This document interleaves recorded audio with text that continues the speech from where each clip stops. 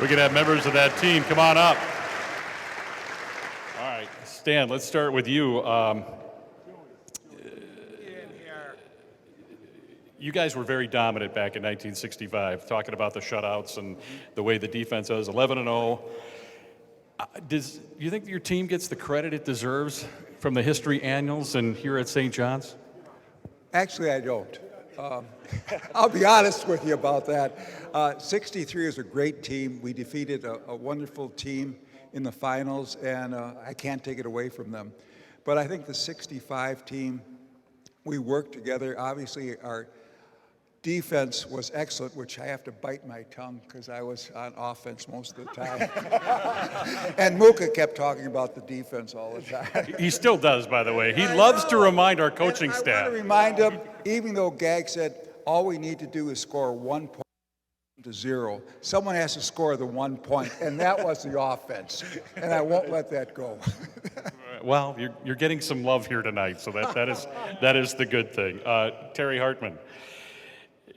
Two different players started at quarterback, but there were injuries that kept players out for big stretches. Through it all, you guys kept rolling. Obviously, the balance was there? Well, I think you have to understand team. Team is very significant with this bunch. We had 4 different fullbacks during that season. Stan got injured in one of the early games, couldn't play, and we had 4 different guys who played fullback and all did an excellent job. Stan recovered from the injury late in the season and was our all-star at the end of the season. 2 of us played quarterback. I was lucky enough to start at the end of the season. Tommy was the All-American. And you're not upset about that, though, right? It doesn't sound like it. No, justifiably so, because Tommy was a great quarterback. One of the things Joe hit on when he was talking is something I've thought of so much, and all of you who are athletes here at St. John's can understand. It's probably true in all schools. It was really significant here for me at St. John's. We had 7 different groups of players with whom we came into contact during our 4 years at St. John's. There were guys 3 years older than us, guys 3 years younger than us, and I'm talking about our class. That's true of all the classes. And the guys who were the older guys, they molded us. They gave us the examples. The guys who were younger, they filled in, they did wonderful work for us, and hopefully we were models for them too. So the team part of it is really a big thing. Giving back to each team and obviously setting the example as well. Absolutely. Why was the defense so good, Joe, since you like to talk about the defense? Joe, make sure you take a long Well, I think a couple things. First of all, we trusted one another, I think, on defense. I don't think there was a I don't think we had a weakness in any position, and we trusted we'd each do our jobs. So we never tried to cover for anyone else. So we just kind of believed in each other. I think that's the simplest.